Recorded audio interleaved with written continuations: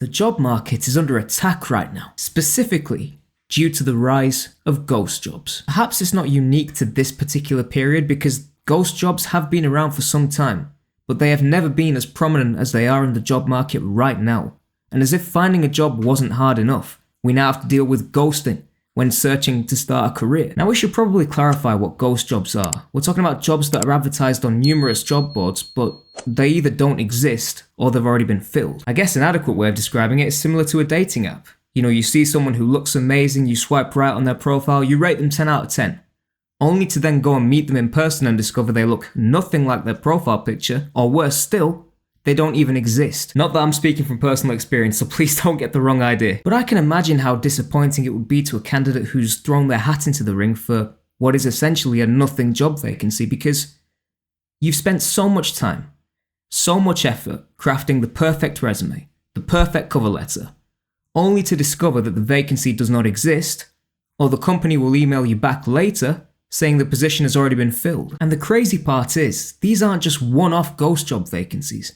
Job boards are rife with them, and companies all over the world are participating in said practice. Just have a look at some of these headlines. From the BBC, employers are posting seemingly open roles that were never meant to be filled at all. From News9, what are ghost jobs? Horrific work trend leaves job seekers shocked. Even Forbes have touched upon this. Are you struggling to get a job because you're applying for non-existent jobs? So ultimately, this begs the question, why on earth are companies doing this? Well, it seems that one common reason for this quite iniquitous trend is that companies want to provide a false impression of growth. In a survey of more than 1,000 hiring managers last summer, 27% reported having job postings up for more than 4 months. Among those who said they advertised job postings that they weren't actively trying to fill, close to half said they kept the ads up to give the impression the company was growing, according to Clarified Capital. 1/3 of those managers who said they advertised jobs they weren't trying to fill said they kept the listings up to placate overworked employees. I mean, just how wicked is that? Well, I guess that re-emphasizes the point that the job market is being manipulated, most notably to suit the benefits of the employers. By posting numerous job adverts that are fake online, employers can collect so much data from potential candidates without needing to actually hire anyone. That gives employers an idea of what the job market is looking like currently and how they can adjust their job market strategies accordingly. So employers can get an idea on work-life expectations, salary expectations, travel expectations, all this kind of stuff, any sort of data, just to give them a leg up in the hiring process. But the last line really got to me though. 1/3 of the managers who said they advertised jobs they weren't trying to fill said they kept the listings up to placate overworked employees. 1 in 3 managers admit to lying to their workforce in saying they would hire someone new to help them out with their workload. Another reason why companies may choose to take part in this wicked, loathsome form of candidate exploitation is to hoard potential talent to themselves. For example, if an unforeseen circumstance presents itself where either a worker gets laid off or quits, then a company will want to have some form of talent to tap into to replace said worker as quickly as possible. And the Hustle covered this when they said that managers will always want to maintain a pool of potential candidates. And of course, from a company's perspective, that makes the most sense. If they can avoid paying ridiculously high fees to job boards to advertise their positions online, they can also tap into the array of talent they have at their disposal and at the same time get an idea on what the market conditions are looking like currently. So, as touched on before, what salaries are looking like currently, what jobs are in demand currently, who's available within the area. All these factors play a huge part in determining who they go ahead and interview and ultimately who they hire. So from an employer's perspective, it makes sense to hoard that much talent. But from an employee's perspective, it most definitely does not. And there's a video on TikTok as well of a candidate who's applied to numerous jobs, but sadly, the majority of them appear to be ghost job vacancies, and the companies aren't getting back to him as well to let him know what's happening. Let's take a listen. I know I can't be alone. I am just so tired. I've applied for a year and a half looking for a job to hundreds and hundreds of jobs. I'm contending with ghost jobs that are listed where the company's not even hiring them. They're just looking for a unicorn. There's 50,000 people trying to get a job and we can't because of the couple that aren't ghost jobs. There's like 50,000 of us trying to apply to the same job. And then on top of that, these companies have the audacity to require you to do free unpaid work as part of the application, whenever then I know it's probably a ghost job and I'm not going to hear back anyway. And then other companies, I saw one last night that's requesting that even if you do make it to their initial interview, by the time you get done with their 5-part interview process, it takes 8 to 9 hours combined of your life. And there's no guarantee you get the job. That's just the interview process with meeting other people in the company, doing formal interviews, informal interviews, meeting everyone, doing unpaid work.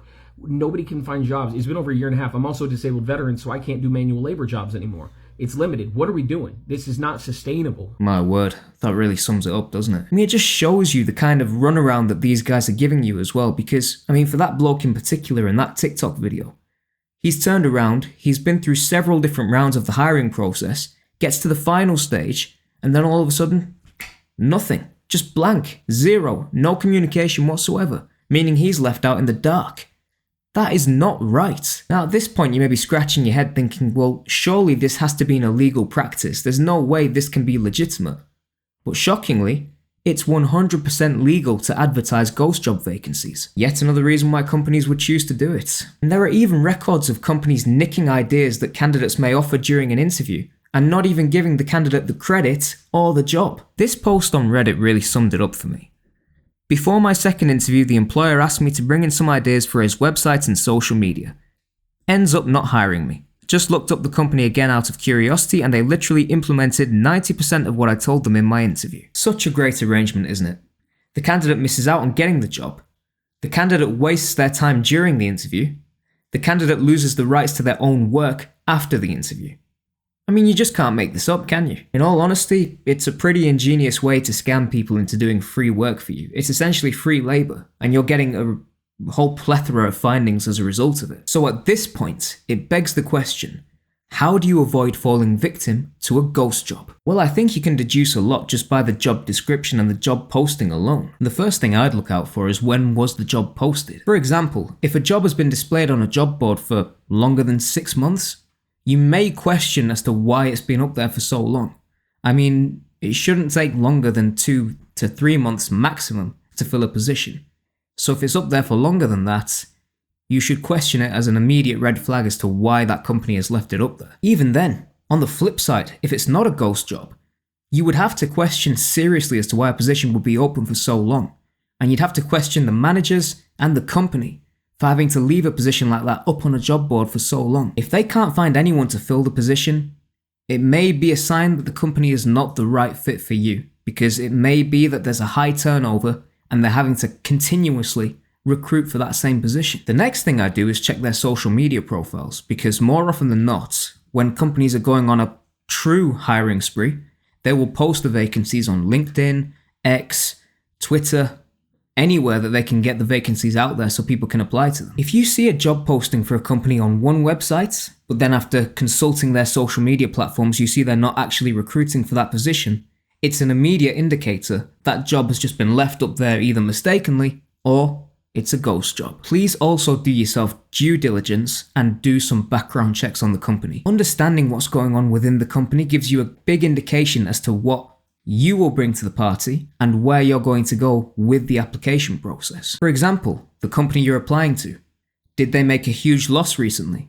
If so, then mass layoffs could be on the horizon. And they may be posting these ghost job vacancies to allow them to prepare for these mass layoffs and when they're ready, to start recruiting for those same positions again. It definitely does not hurt to have that little bit of extra knowledge to help give you a leg up and stop you from being vulnerable. Finally, I'd be very careful if a company asks you to do some work and present your findings back to them as part of the interview process. It is a very delicate balance between an employer testing your skill set and also turning out to exploit you. I mean, we saw in that Reddit post just how that particular person ended up doing such great work, which the employer then stole and used as their own. If an employer asks you to do that, please make sure you include a copyright or some form of protection within your work. The ideas are yours, the findings are yours, the intellectual property is yours. Don't feel under pressure to just hand it all over to the employer for nothing in return, because at the end of the day, there's still no guarantee, even if it's a legitimate job opening,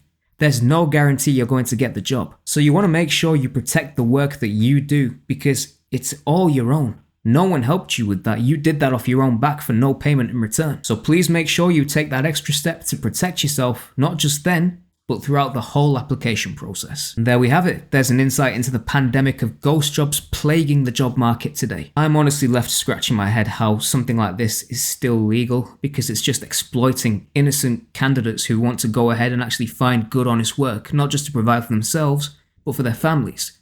And especially when you're looking for work, time is of the essence. Time is everything. But I guess a moral of the story would be that if companies can keep their doors open, then workers can keep their doors open too. And don't forget, loyalty is very hard to come by in this day and age, especially when it comes to the workplace relationship. Managers have admitted that they just keep their doors open regardless of how long a candidate or an employee has been there. But hopefully you found this video useful. Hopefully you found it insightful as to why it's so difficult for so many candidates all over the world to find work in today's job markets. It's so brutal right now. Thank you all for watching. I hope you all enjoyed the video. I'll be returning in the coming weeks with some more hints, tips, tricks, and news as to what's going on with the corporate world today.